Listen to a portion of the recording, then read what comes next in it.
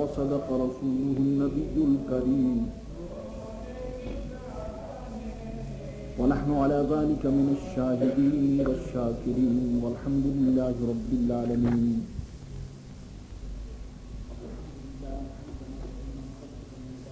قال الله تبارك وتعالى في شان حبيبه إن الله وملائكته يصلون على النبي يا أيها الذين آمنوا صلوا عليه وسلموا تسليما.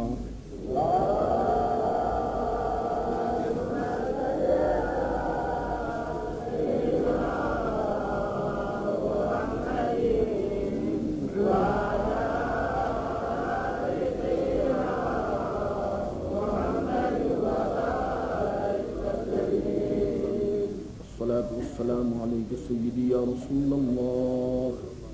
الصلاة والسلام عليك سيدي يا نبي الله. الصلاة والسلام عليك سيدي يا حبيب الله وعلى آلك وأصحابك يا رحمة للعالمين.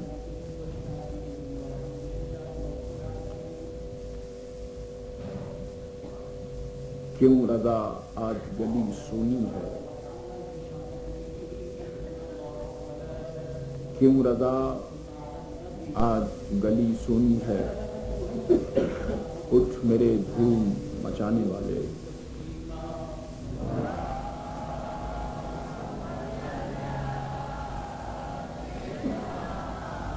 حضرات علماء باوقار، خطباء کرام، حاضرین، سامعین، خواتین، عزیزو، دوستو، بھائیو اور بہنوں،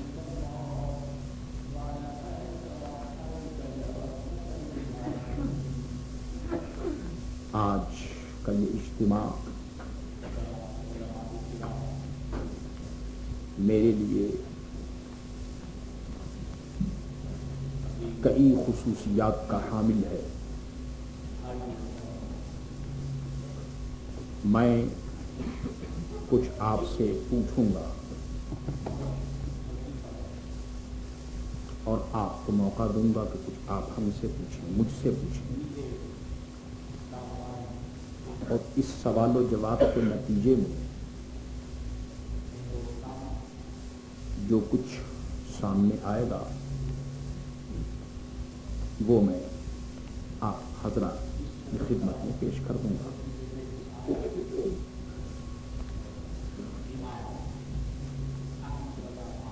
میرے لیے نینی، فینکس، کاسٹل، کانفکرو، کیوپی، یہ نام میرے ذہن و فکر کی ہرراہ میں روشن ہے.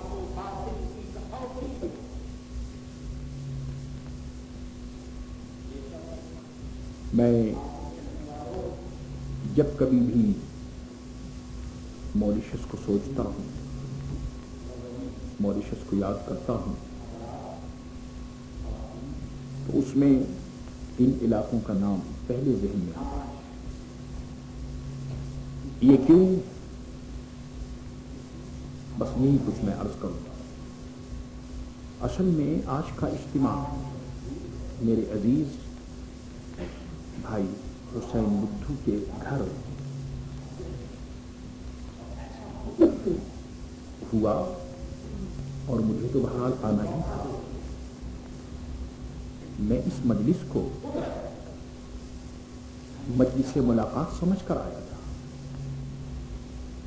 لیکن یہاں آنے کے بعد شاندار اور باوقار علماء کا یہ حسین اجتماع، پھر علماء میں کیسے ماشاءاللہ محبوب، مقبول، منظور، مجھ سے یہ فرمایا گیا کہ میں کچھ عرض کروں. میرے دوست،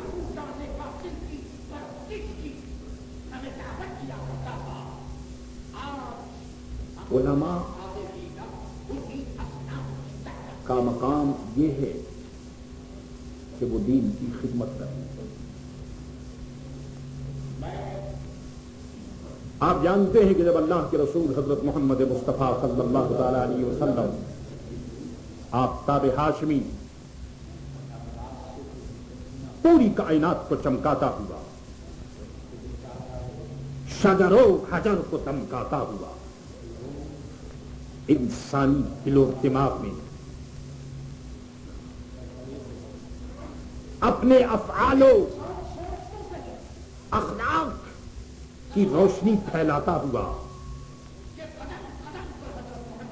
پالان کی چوٹی سے بلند ہوا، مدینے طیبہ پر چمکا. اور ایک وقت آیا کہ ہماری ذاتی آنکھوں سے پوش ہو گیا. لیکن ہمارا دین ابدی ہے، ابدی ہے. ہمارا خدا ہمیشہ سے ہے، ہمیشہ رہے گا.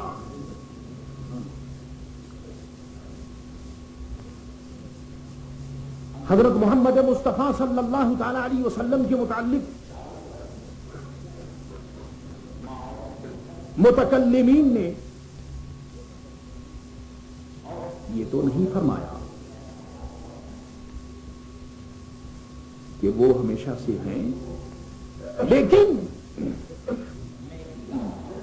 عدلی سے اجتناب کرتے ہوئے سرکار دو عالم کے محاسن کو، فضائل کو سامنے رکھتے ہوئے فرمایا کہ جس کا نام محمد ہے، جو مجتبی ہے، جو مصطفیٰ ہے، جو سلیکٹڈ ہے، جو الیکٹڈ ہے، جو چنا ہوا ہے، جو پوری کائنات کا نچوڑ ہے، جو جانے ایمان ہے، جانے کائنات ہے، اصل کائنات ہے، اصل ایمان ہے. ٹھیک ہے کہ وہ ازلی نہیں، لیکن ازلی خدا نے اپنی قدرت تامہ کا اس کو مظہر بنایا تو ازلی نہیں کہہ سکتے. لیکن ازلی خدا کا جو مظہر عدل ہے وہ صرف ایک ہی ذات ہے، وہ محمد ہے، احمد ہے، مجتبی ہے، مصطفیٰ ہے، صلی اللہ تعالی علیہ وسلم ہے. حضور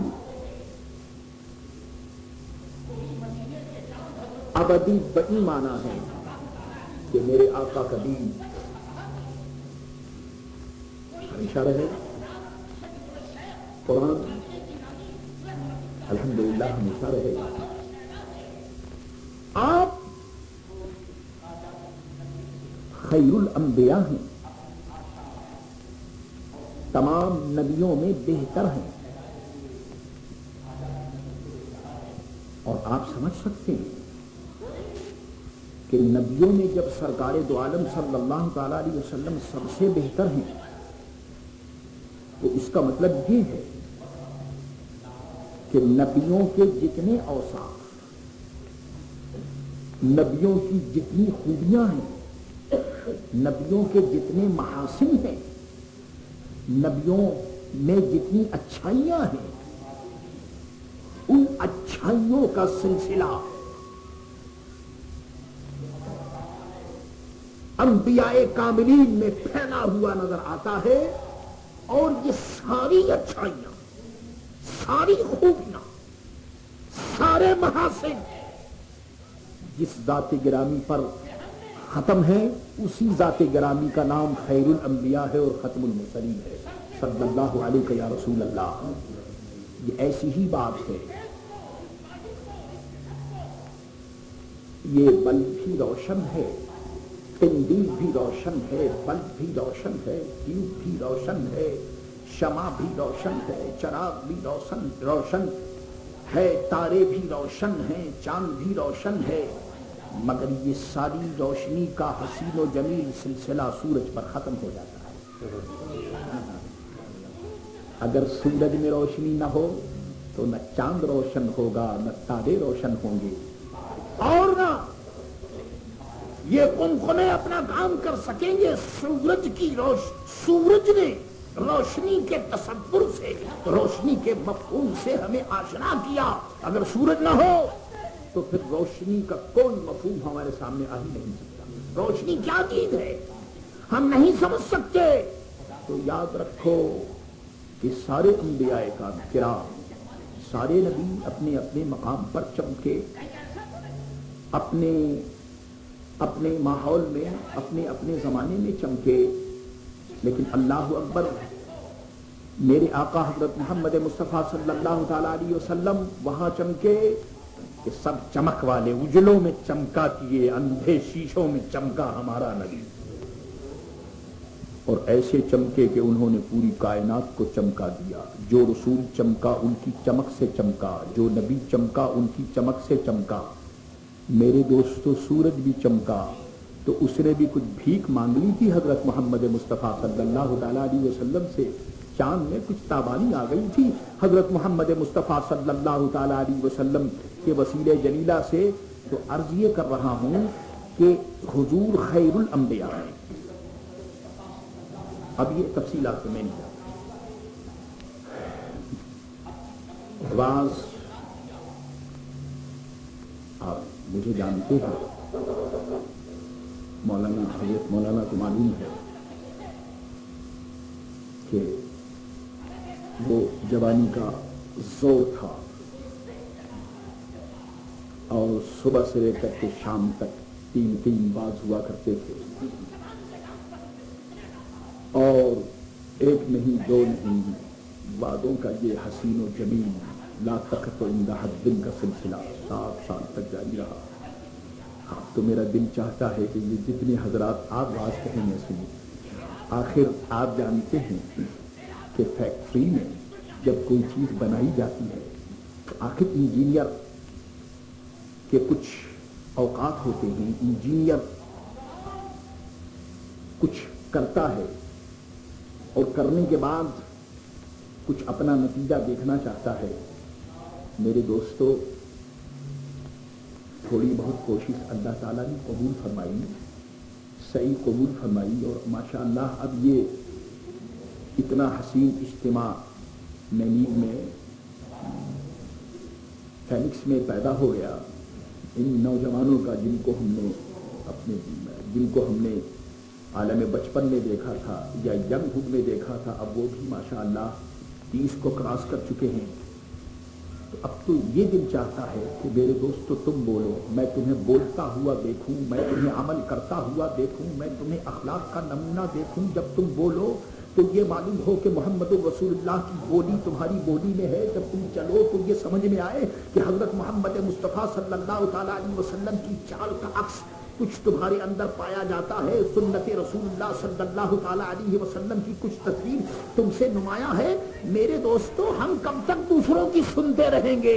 ہم کب تک اس پر بھروسہ کریں گے کہ کوئی بولنے والا بولے اور ہم چپ رہیں؟ اسلام کہتا ہے کہ تم بھی بولو، ہم بھی بولیں، تم بھی کرو، ہم بھی کریں، تم بھی چلو، ہم بھی چلیں۔ میرے عزیزو، میرے دوستو، اب وقت آ گیا ہے کہ آؤ ہم بھی چلیں، تم بھی چلو، ہم بھی کریں، تم بھی کرو۔ آؤ عملی زندگی میں، کردار کی زندگی میں، کردار کے ماحول میں کمر ہمت باندھ کر آگے بڑھو۔ زمانے کا اژدہا، زمانے کا سانپ پھنکارتا ہوا ایمان اور یقین کی دنیا پر ڈاکہ ڈالنے کے لیے تیار ہے۔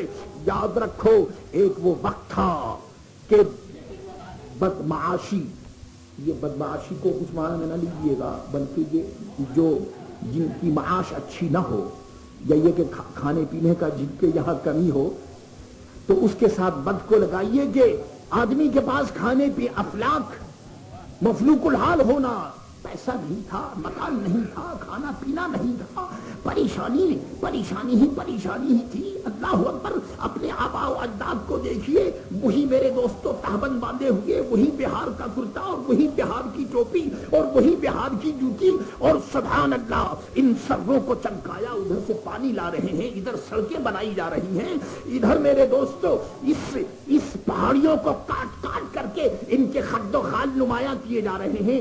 لوگوں نے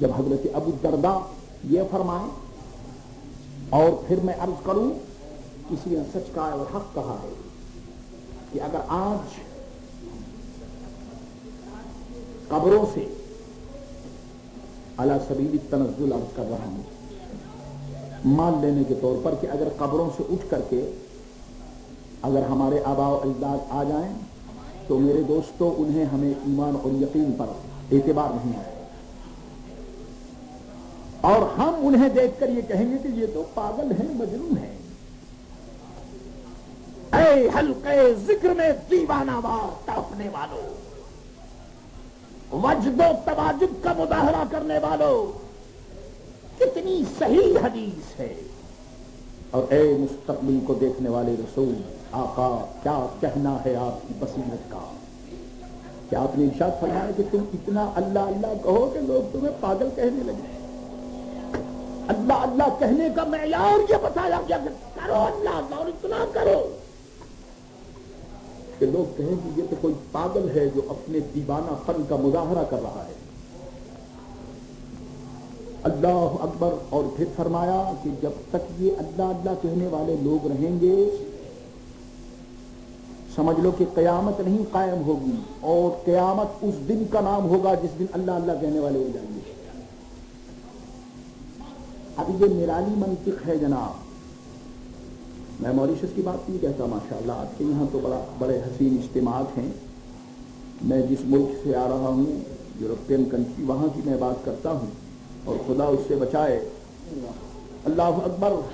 کہ اب عبادت کے سلسلے میں بزرگان دین اور مشائخ کے جو طریقے ہیں لوگ کہتے ہیں کہ اس میں وقت ضائع کرنا ہے. معاذ اللہ. میرے دوستو, گفتگو یہ عرض کر رہا تھا اور میری گفتگو کا منشا یہ ہے کہ آپ خیر الامم ہیں, اور خیر الامم ہونے کے لیے یہ ضروری ہے کہ آپ کا تعلق صاحبان خیر سے ہو. آپ خیر الامم ہیں, اس کا کیا ثبوت ہے کہ آپ خیر, یہی کہیں گے نا کہ ہم حضرت محمد مصطفیٰ صلی اللہ تعالی علیہ وسلم کے غلام ہیں, ان کے نام لیوا. میرے دوستو بس مجھے یہی عرض کرنا ہے آج کی مجلس میں کہ میرے عزیز دوستو, نوجوانوں, میری مقدس بہنوں, بات یہ کہ جو دن گزر چکے وہ تو گزر گئے. اب ہمیں اور آپ کو یہ نہایت ضروری ہے اور وقت کی پکار ہے, شریعت کی پکار ہے کہ ہم یہ فیصلہ کریں کہ ہماری کامیابی کا معیار کیا ہے. ہم کس کو کامیاب ہیں, کون کامیاب ہے, کون بزرگ ہے, کون بڑا ہے. یاد رکھو یہ وہ دنیا ہے میرے دوستو کہ یہاں جو مٹ جاتا ہے وہ کچھ بنتا ہے. مٹ جانے کے بعد بننے کی ابتدا ہوا کرتی ہے. میں وہ حدیث پڑھتا ہوں تو لرز جاتا ہوں. ارشاد فرمایا کہ جس آدمی پر انگلی اٹھی وہ کتنے کا پڑ گیا. جی جناب, انگلی اٹھی, شہرت ہو گئی, کچھ آگے پیچھے لوگ جمع ہو گئے. شریعت نے ہمیں بتایا کہ یاد رکھو ذہن کے کسی حصے میں یہ بات آنے نہ پائے کہ صاحب ہم تو ایسے ہو گئے, ہم تو ویسے ہو گئے. یاد رکھو جس دن تم نے یہ سمجھ لیا کہ تم ایسے ہو گئے, سمجھ لو کہ اس دن تم کچھ نہیں ہو گئے. بس یہی سمجھتے رہو کہ تم کچھ نہیں ہو. میرے دوستو, برتن, خالی برتن جب ہوتا ہے تو اسی میں تو کچھ پانی ڈالنے کی گنجائش ہوتی ہے, اور جب برتن بھرا, برتن دوبارہ کیا بھرے گا جب برتن ہی پہلے بھرا ہوا ہو تو اب اس کو اور کیا پانی سے یا کسی چیز سے بھرا جا سکے گا. انسان دریودہ کب ہے, ہم نے دریودہ گری کی ہے, ہم بھکاری ہیں, فقیر ہیں, سائل ہیں. ہمیں نہ اپنے علم پر نہ تھے. علم معاذ اللہ, کیسا علم رہا, یہاں تو ساتھ جو کچھ ہے اللہ اکبر وہ جہل کا مجموعہ ہے. بس تھوڑی سی بات یہ ہے کہ کچھ اہل علم سے نسبت ہو گئی ہے۔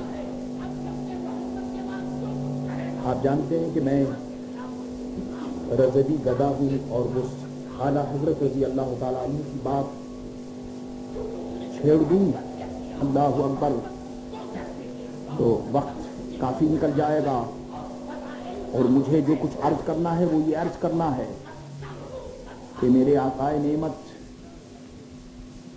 مجدد اعظم فی العصر و فی هذا العصر نے ارشاد فرمایا، اللہ اکبر، فرمایا دیکھو شیطان انسان کو تباہ کرتا ہے تو اس کا تباہ کرنا اور اس کو تباہ کرنے کے لیے جو ذریعہ ہے وہ یہ ہے کہ وہ انسان کے دماغ میں یہ بات ڈال دے کہ تم نمازی ہو، تم بڑے نمازی ہو، تم بڑے غازی ہو، تم بڑے کام کرنے والے ہو۔ حضرت ابو ہریرہ ہے رضی اللہ تعالیٰ عنہ، یہی حضرت ابو ہریرہ ہیں، حدیث بیان کرتے ہیں بے ہوش ہو جاتے ہیں، پھر حدیث بیان کرتے ہیں بے ہوش ہو جاتے ہیں، پھر حدیث بیان کرتے ہیں بے ہوش ہو جاتے ہیں، حدیث کو بیان کر رہے ہیں، لیکن حضرت محمد مصطفیٰ صلی اللہ تعالیٰ علیہ وسلم کی صحبت کا اثر ہے، خدا کے خوف کا غلبہ ہے، اور اتنا غلبہ ہے کہ حدیث رسول کے متن کو اور مفہوم کو سامنے رکھ کر بار بار بے ہوشی طاری ہو رہی ہے۔ ارشاد فرمایا کہ سرکار دو عالم صلی اللہ تعالیٰ علیہ وسلم کا فرمان ہے، قیامت میں ایک شخص آئے گا، یہ اتفاق کی بات ہے کہ وہ آنے والا قاری ہوگا، اور محدثین کی اصطلاح میں محدث کو قاری، حدیث پڑھانے والے کو قراء الحدیث کہا جاتا ہے۔ بہرحال وہ حدیث پڑھانے والا محدث ہو یا یہ کہ تابع القرآن ہو، قرآن کی تلاوت کرنے والا ہو، حضرت ابو ہریرہ فرماتے ہیں کہ وہ آئے گا، اور آنے کے بعد بارگاہ عزتی میں وہ کہے گا، اے الہ العالمین، میں تو تابع القرآن ہوں، میں نے قرآن کی تلاوت کی ہے، میں نے حدیثوں کا درس دیا ہے، میں محدث رہا ہوں، اے اللہ تو جانتا ہے کہ میں نے تیرے نبی مکرم حضرت محمد مصطفیٰ صلی اللہ تعالیٰ علیہ وسلم کی زبان سے سنا، اور سن کر کے، اور اس کے بعد مسائل سے سن کر کے، اور حدیثیں بھی بیان کی ہیں، قرآن بھی میں پڑھتا رہا ہوں۔ رب کریم فرمائے گا ٹھیک ہے تم نے سب کچھ کیا، لیکن اس لیے کیا کہ لوگ تمہیں کہیں گے صاحب یہ بہت بڑے قاری ہیں، قاری القرآن ہیں، بہت بڑے قاری ہیں۔ میرے دوستو کیا میں بتاؤں، ہاں آؤ، آپ جانتے ہیں میں آپ کو دلی دربار لے چلتا،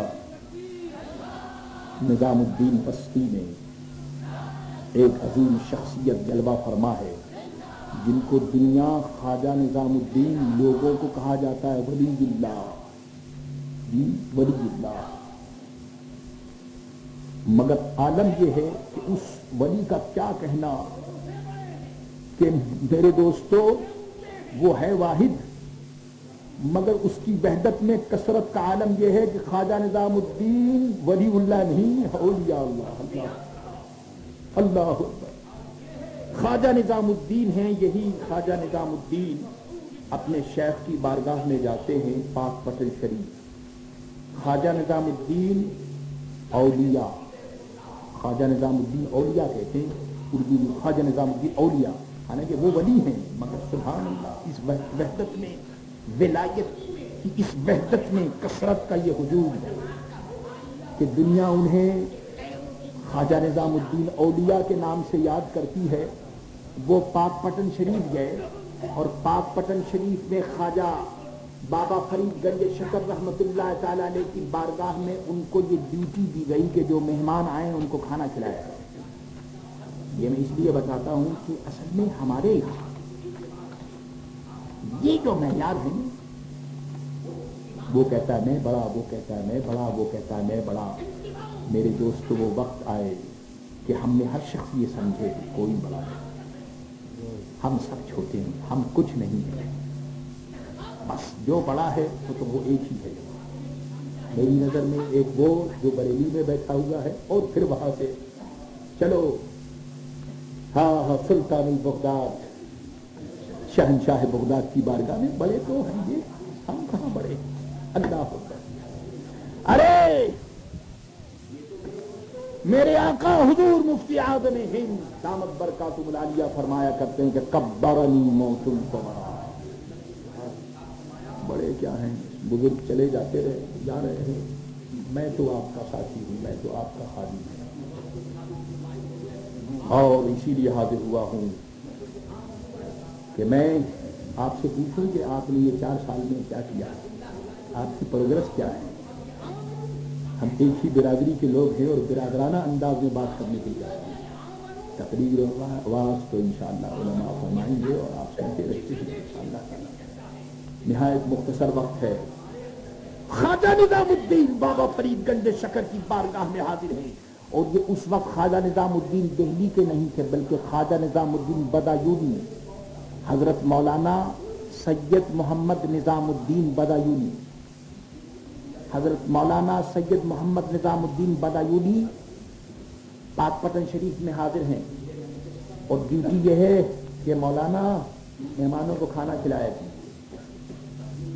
ملا عبد القادر بدایونی بے اکبری کا شاندار مؤرخ لکھتا ہے کہ جناب وہ کھانا کھلانے کے لیے مولانا نظام الدین بدایونی کو مقرر کیا گیا تھا،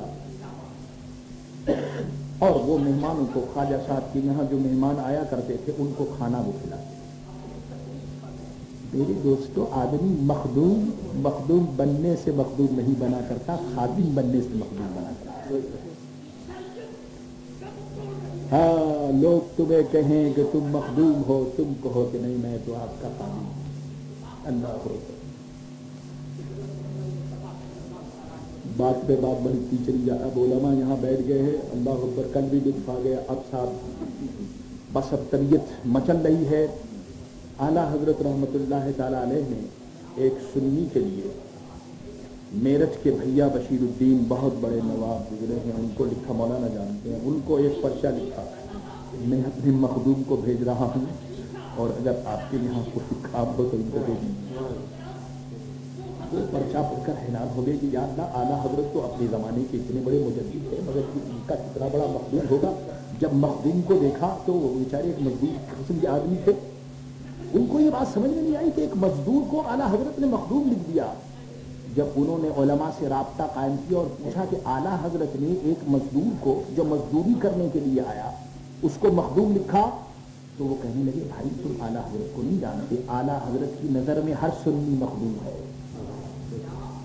اعلیٰ حضرت کی نظر ایمان پر رکھتے ہیں، اعلیٰ حضرت کوالٹی دیکھتے ہیں، کوانٹیٹی نہیں دیکھتے۔ میرے دوستو، یہ کوانٹیٹیاں اور ہیں اور کوالٹی اور ہے، اپنے اندر کوالٹی پیدا کرو۔ کوانٹیٹی یہ کچھ نہیں، کوالٹی پیدا کرو، کیفیت پیدا کرو، حال پیدا کرو، یہ ہے مزے کی بات۔ خواجہ نظام الدین اولیاء سر کے اوپر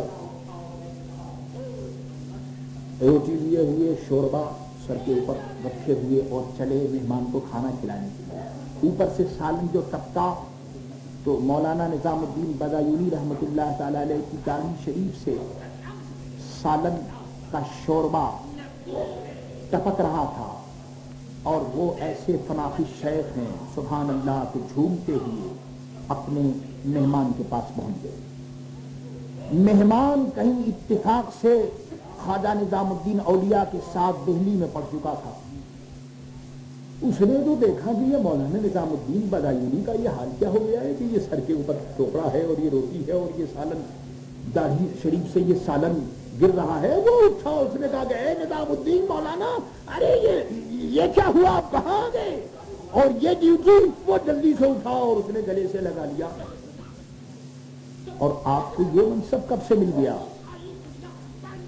جب اس ساتھی نے کہا تو خواجہ نظام الدین اولیاء نے فرمایا کہ بھائی میرے بات یہ ہے کہ جس منزل سے میں گزر رہا ہوں مجھے چھوڑ دو.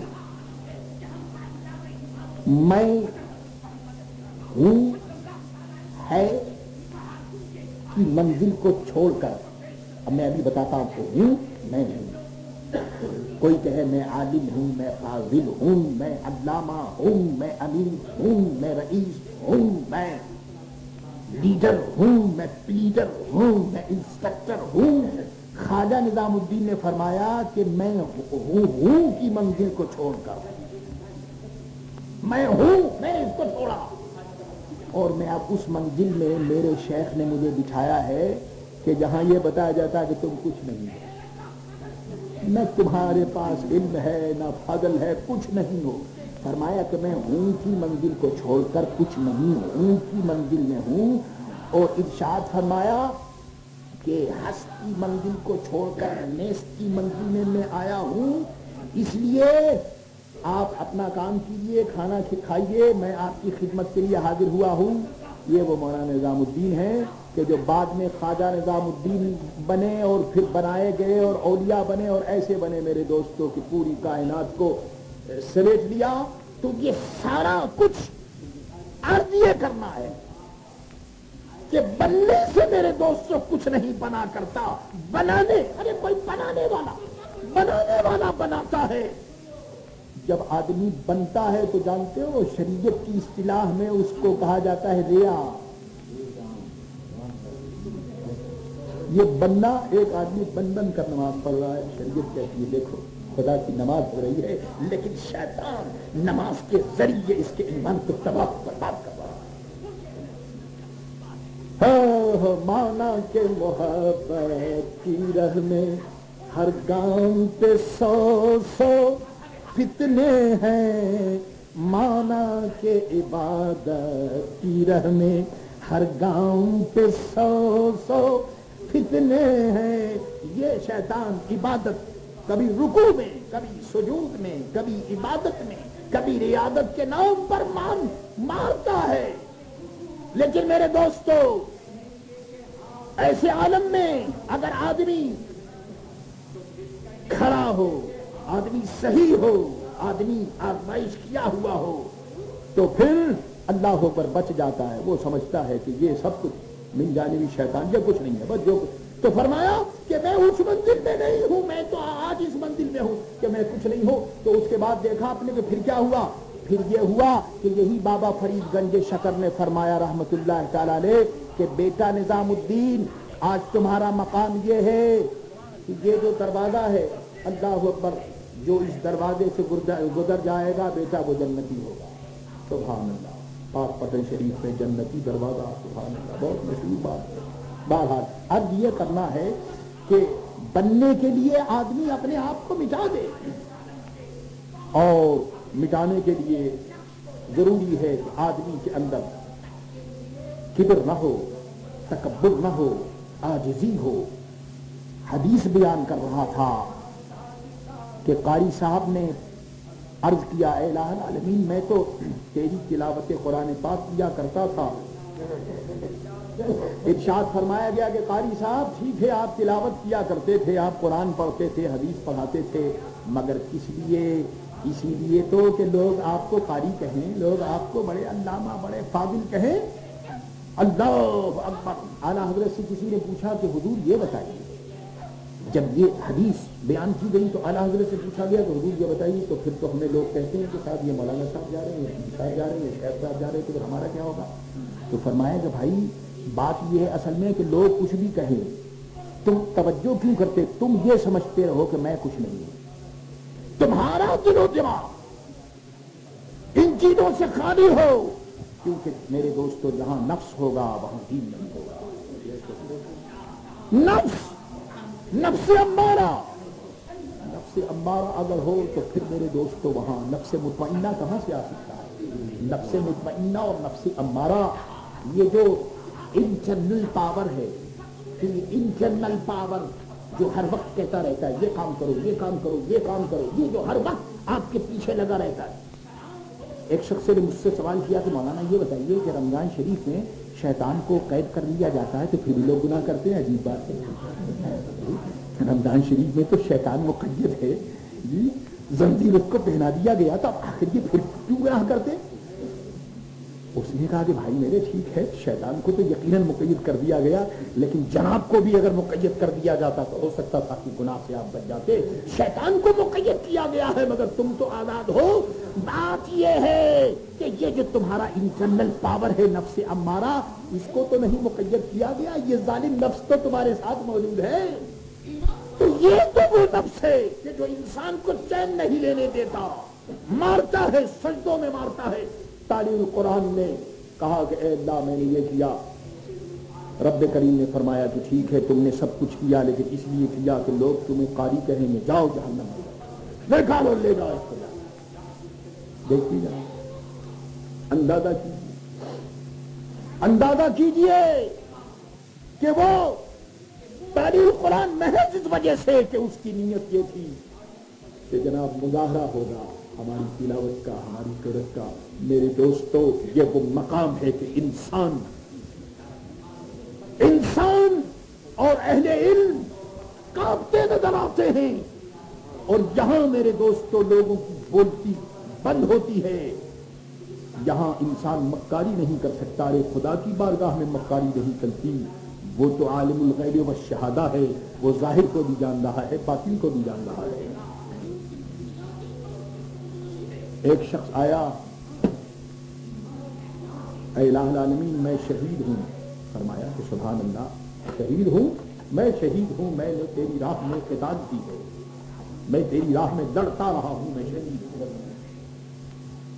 میں نے تلوار اٹھائی, میں نے قتال کی, میں مارا گیا, میں نے تیرے دین کے لیے تیری راہ میں مقتول فی سبیل اللہ ہوا. رب نے فرمایا کہ ٹھیک ہے تمہارا دعویٰ یہی ہے کہ تم میری راہ میں مارے گئے ہو, لیکن اس لیے کہ لوگ کہیں کہ یہ بڑا بہادر تھا, خدا کی راہ میں شہید ہو گیا.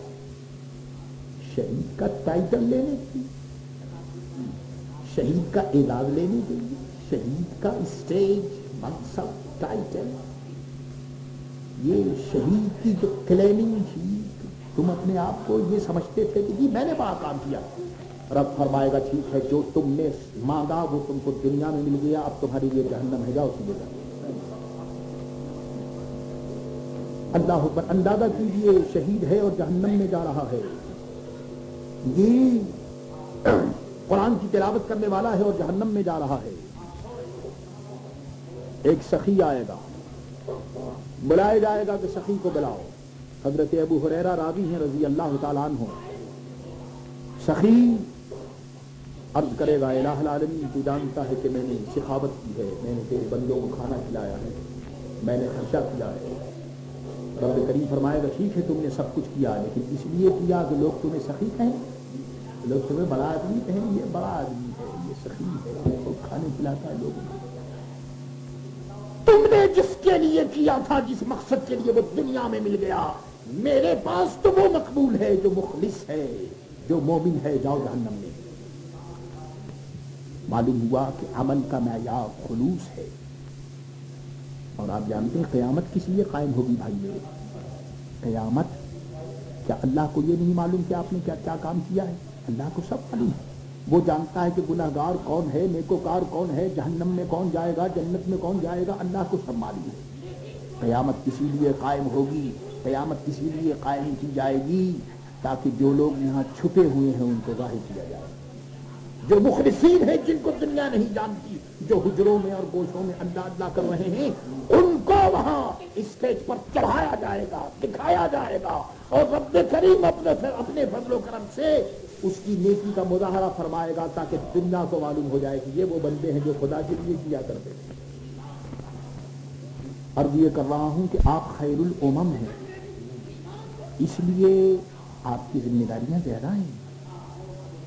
جی حضور امام اعظم ابو حنیفہ امام الائمہ کاشف الغمہ سراج الامہ, حضور امام اعظم ابو حنیفہ رحمت اللہ تعالی علیہ جا رہے تھے, سامنے بارش ہوئی اور وہاں پھسلن پیدا ہو گئی, کیچڑ پیدا ہو گئی, اور ایسا معلوم ہو رہا تھا کہ اگر احتیاط نہ کی جائے تو وہاں سے آدمی گر جائے گا. امام اعظم ابو حنیفہ رحمۃ اللہ تعالی علیہ اپنے پیجامے کو اٹھائے ہوئے اور اپنے دامن کو اٹھائے ہوئے آہستہ آہستہ چل رہے تھے. ایک لڑکا بھی جا رہا تھا. آپ نے فرمایا کہ لڑکے ذرا بچ کر چلنا, کہیں ایسا نہ ہو کہ تو اس کیچڑ میں گر جائے. لڑکے نے جواب دیا کہ حضور میں اگر گر گیا تو کوئی بات نہیں, میں تو ایک بچہ ہوں, لیکن مجھے خطرہ یہ ہے کہ اگر وقت کا امام گر گیا تو دنیا کہے گی کہ وقت کا امام گر گیا. میرے دوستوں, بڑی ذمہ داریاں ہوتی ہیں, بڑی ذمہ داریاں ہوتی ہیں, اور یہ سب کچھ پوچھا جائے گا. بڑی عظیم ذمہ داری ہے علماء کی, مشائخ کی, اور ان لوگوں کی جو دین کی راہوں میں چل رہے ہیں. اللہ اکبر. یہی وجہ ہے کہ جس دن حضور امام اعظم ابو حنیفہ رحمۃ اللہ تعالی علیہ کا انتقال ہو گیا تو لڑکے بچے روتے ہوئے اپنی ماؤں کے پاس چلے آئے اور ماؤں کے پاس آن کر کہنے لگے کہ امی جان, آج مسجد کا ایک پلر, مسجد کا ایک ستون گر گیا. مائیں گھبرا کر پوچھنے لگی, بیٹا مسجد کا ستون گر گیا, مسجد کا پلر گر گیا, کون سی مسجد کا؟ یہی یہ سامنے جو مسجد ہے کوفہ, اس کے اندر مسجد کا پلر اور ستون گر گیا. ماؤں نے رو کر کہا کہ بیٹا وہ مسجد کا ستون نہیں تھا, وہ دین کا ستون تھا, اور ان کا نام ہے امام اعظم ابو حنیفہ.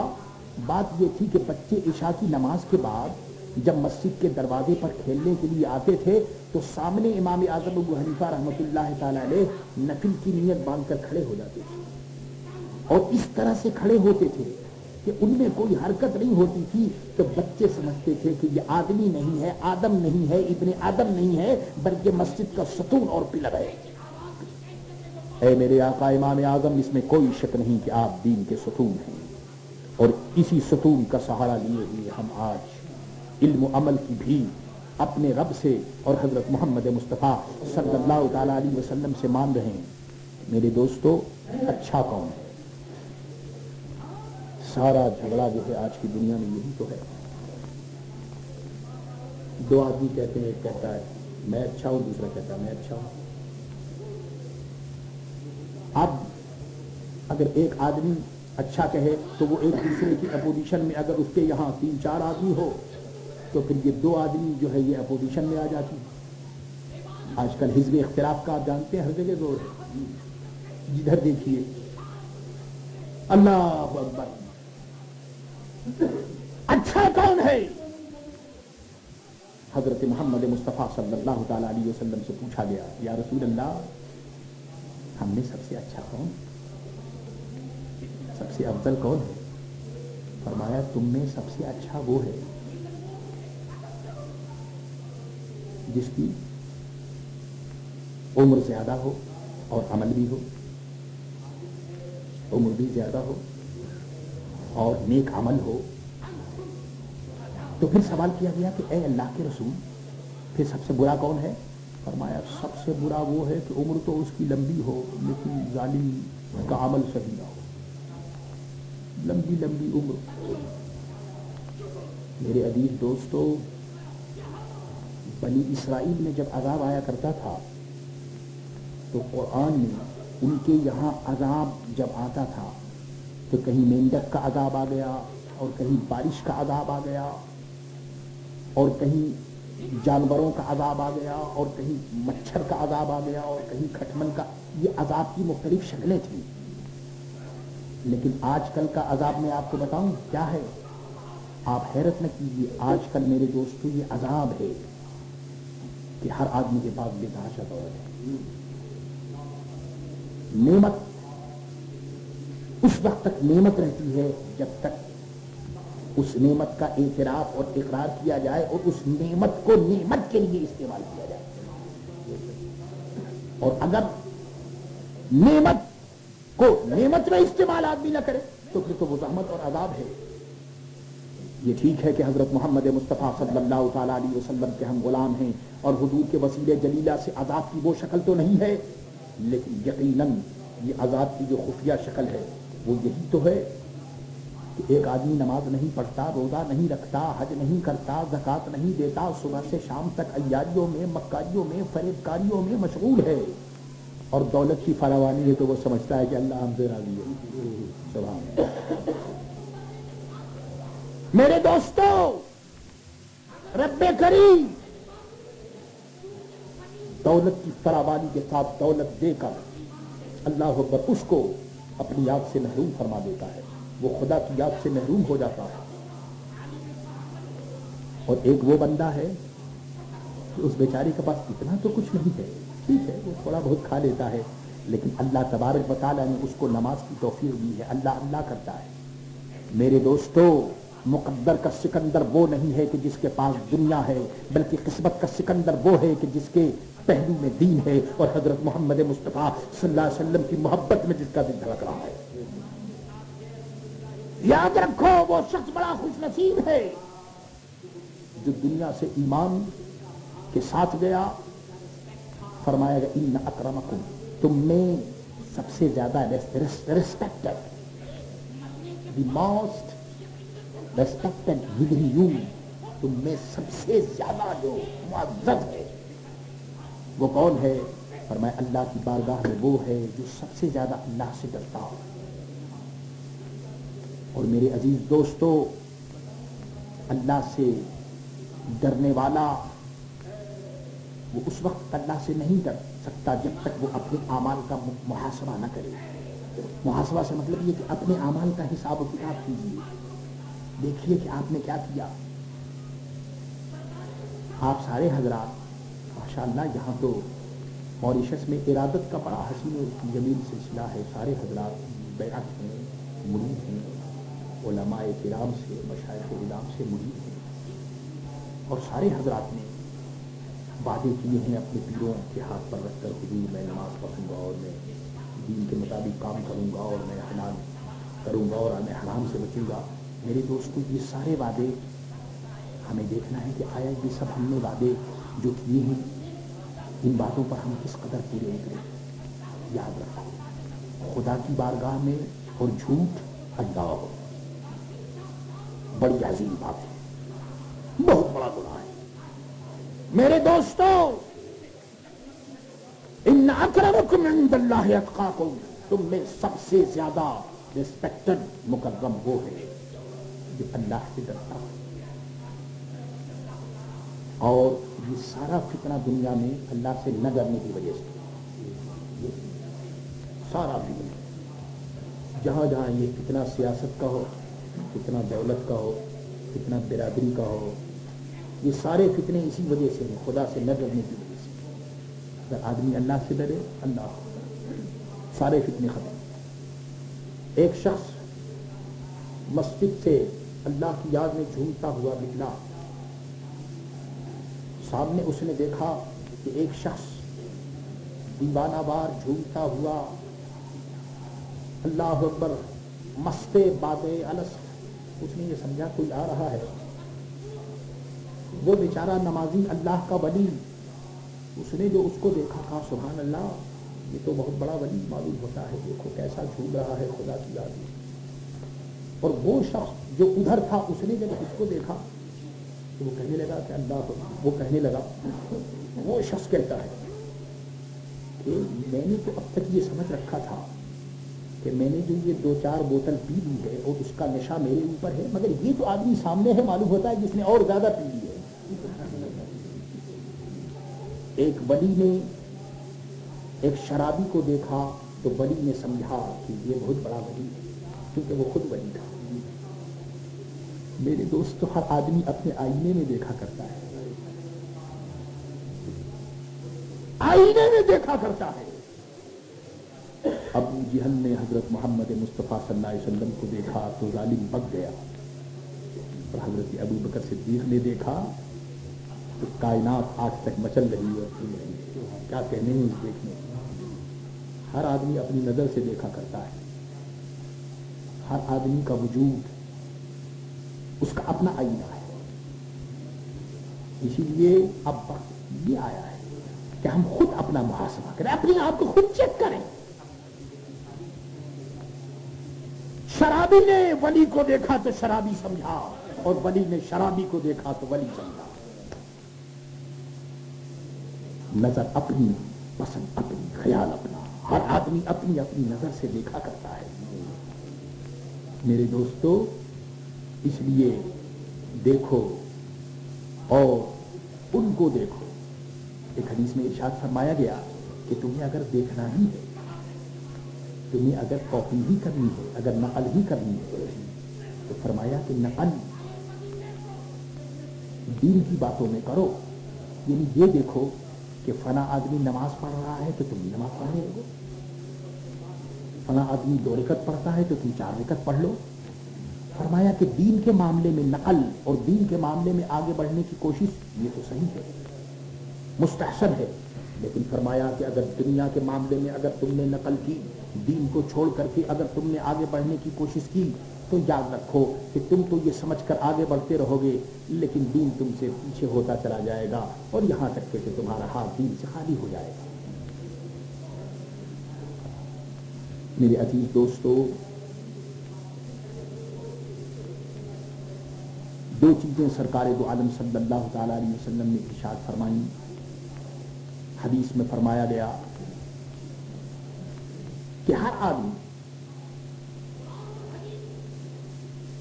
موت سے ڈرتا ہے, وہ نہیں چاہتا کہ موت آئے, لیکن سرکار نے ارشاد فرمایا کہ فتنے میں پڑنے سے بہتر ہے کہ موت آ جائے.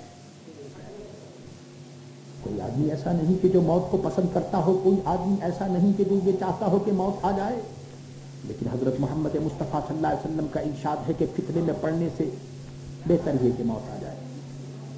تو ارشاد فرمایا کہ ہر آدمی یہ چاہتا ہے کہ دولت اس کے پاس زیادہ ہو, لیکن ارشاد فرمایا کہ دولت کی زیادتی کو آدمی پسند کرتا ہے, لیکن سرکار نے ارشاد فرمایا کہ اگر آدمی کے پاس جتنی دولت کم ہوگی حساب و کتاب میں آسانی ہوگی. دولت سے میرے دوستوں ذمہ داریاں بڑھتی ہیں. خداوند عالم سب کو ان ذمہ داریوں کو نبھانے کی توفیق عطا فرمائے. گفتگو یہ میں کر رہا تھا کہ سرکار نے ارشاد فرمایا کہ سب سے اچھا آدمی وہ ہے کہ جس کی عمر بھی لمبی ہو اور عمل بھی اچھا ہو, اور فرمایا کہ سب سے برا آدمی وہ ہے کہ عمر تو بڑی ہو لیکن عمل اچھا نہیں ہو. میرے دوستو, آپ یہ تو مانتے ہیں, جانتے ہیں کہ اللہ تعالیٰ نے آپ کو پیدا کیا, یہ بھی آپ مانتے ہیں کہ اللہ تبارک و تعالیٰ رازق ہے. میرے دوستو, جب یہ سب کچھ آپ جانتے اور مانتے ہیں تو تم رب کی عبادت کرو, رب کا نام لو, رازق وہ ہے, وہ رزق تم کو پہنچائے گا. جب ہمارے باپ دادا تھے وہ بھی کھاتے تھے, حالانکہ وہ بڑے سیدھے سادے لوگ تھے, ان کے پاس دولت کی فراوانی نہیں تھی, اور ہم اب ہیں تو ہم بھی کھا رہے ہیں, اور ہماری اولاد جو ہوگی وہ بھی کھائے گی. اللہ اکبر, کس قدر عجیب و غریب بات ہے. سرکار دو عالم صلی اللہ تعالی علیہ وسلم نے ارشاد فرمایا کہ ایک آدمی اپنی اولاد کو وہ کچھ نہیں دے گیا, نہ اس نے دکان دی, نہ اس نے مکان دیا, نہ اس نے دولت دی.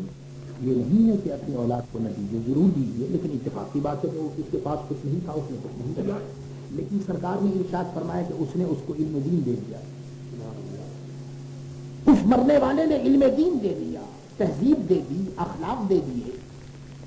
تو سرکار نے ارشاد فرمایا کہ اس نے اپنی اولاد کو سب کچھ دے دیا. اور ایک آدمی نے اپنی اولاد کو سب کچھ دے دیا لیکن علم دین نہیں دیا, سب کچھ دے دیا لیکن اخلاق نہیں دیا, سب کچھ دیا لیکن ادب نہیں دیا, تو میرے دوستوں سے کچھ نہیں دیا. میرے عزیزوں, میرے دوستوں, اور اے میری عید کے رہنے والوں, آپ اس وقت جو آپ کی صورتحال ہے وہ یہ ہے کہ آپ اپنے اعمال کا محاسبہ کیجئے. نمازوں کو دیکھیے, آپ نے کتنی نمازیں پڑھی ہیں, کتنی رہ گئی ہیں. روزوں کو چیک کیجئے, کتنے روزے آپ نے رکھے ہیں اور کتنے رہ گئے ہیں. خدا کرے کہ آپ کی ساری نمازیں الحمدللہ آپ نے پڑھی ہو اور کوئی نماز ایسی نہ ہو کہ جو آپ نے چھوڑ دی ہو, لیکن اگر ایسا ہے نمازیں پڑھیے, روزے جو رہ گئے ہیں ان کو ادا کیجئے, جو زکوٰۃ نہیں دے سکا ہے وہ زکوٰۃ دے. اور بات یہ آپس میں مل جل کر رہی ہے. یہ دنیا لڑنے کی نہیں ہے, یہ دنیا جھگڑنے کی نہیں ہے, یہ دنیا منو اور تو کی نہیں ہے. بس آپ یہی سمجھیے کہ سب سے بڑے ہمارے شہنشاہ بغداد ہیں، سب سے بڑے اعلیٰ حضرت ہیں فاضل بریلوی رحمۃ اللہ تعالی علیہ. اور یاد رکھو میرا ایک ہی معیار رہا ہے، میں ایک ہی نظر سے لوگوں کو دیکھتا رہا ہوں، پوری دنیا دیکھی، دنیا میں دیکھا، اس کو میں نے دیکھا کہ بھائی یہ اعلیٰ حضرت فاضل بریلوی رحمۃ اللہ تعالی علیہ کا غلام ہے یا اس سلسلے کا ہے، یا یہ کہ اعلیٰ حضرت کو وہ اعلیٰ حضرت اور مجدد دین و ملت سمجھتا ہے، اعلیٰ حضرت سے اسے محبت ہے. بس آپ اس کے خادم بن جائیے، اور جہاں یہ نہ دیکھیے بس سمجھ لیجیے کہ اس سے ہمارا کوئی تعلق نہیں، کوئی رشتہ نہیں، اس سے ہمارا کوئی واسطہ نہیں. میرے عزیزوں، میرے دوستوں، ابھی آپ کو کام کرنا ہے. آپ یہ نہ سمجھے کہ میں نے یہ کیا، میں نے وہ کیا. ارے خدا کا شکر ادا کرو کہ اس نے تمہیں اپنے کام کے لیے منتخب کر لیا، سلیکٹ کر لیا. یہ اس کا سلیکشن ہے، یہ اس کا انتخاب ہے. کسی مرحلے پر تمہارے دماغ میں یہ نہ آئے کہ صاحب ہم نے یہ کر لیا، ہم نے وہ کر لیا. آپ نے کچھ بھی نہیں کیا، میں نے کچھ بھی نہیں کیا. یہ تو میرے رب کا کرم ہے، یہ تو حضرت محمد مصطفیٰ صلی اللہ علیہ وسلم کا یہ احسان ہے، یہ تو ہمارے اساتذہ کا کرم ہے کہ آج ہم اس قابل ہیں کہ تبلیغ دین کر رہے ہیں اور لوگوں کو ہدایت کرتے ہیں. میرے عزیزوں، میرے دوستوں، اس آئلینڈ میں آپ کو بہت کچھ کرنا ہے.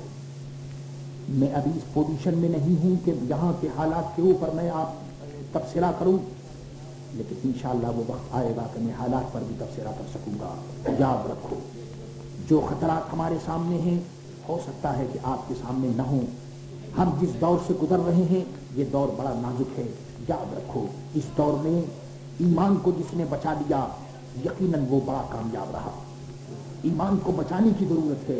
ایمان اگر آپ کا باقی ہے، ایمان کو آپ نے بچا لیا تو آپ یقین مانیے کہ آپ سے بہتر کوئی آدمی نہیں ہے. میرے عزیزوں، میرے دوستوں، پیار اور محبت کے ساتھ رہو. اللہ اکبر. میرے پیارے نبی صلی اللہ تعالیٰ علیہ وسلم نے ہمیں پیار سکھایا ہے، ہمیں محبت سکھائی ہے. حضور صلی اللہ تعالیٰ علیہ وسلم نے ہمیں ایک دوسرے کے سینے سے ملنا، ایک دوسرے کے سینے سے لگنا ہمیں سرکار دو عالم صلی اللہ علیہ وسلم نے سکھایا ہے. سرکار دو عالم صلی اللہ علیہ وسلم نے اخوت کے رشتے میں ہمیں پرو دیا ہے. میرے عزیزوں، میرے دوستوں، تمہارا اللہ ایک ہے، رسول ایک ہے، تمہاری کتاب ایک ہے، تمہارا دین ایک ہے، تمہارا پیر ایک ہے، تمہارا سلسلہ ایک ہے. تم ایک ہی سلسلے کے سلسلے عالیہ رضویہ میں منسلک ہو. اس لیے نہایت ضروری ہے کہ ساری باتوں سے قطع نظر کر کے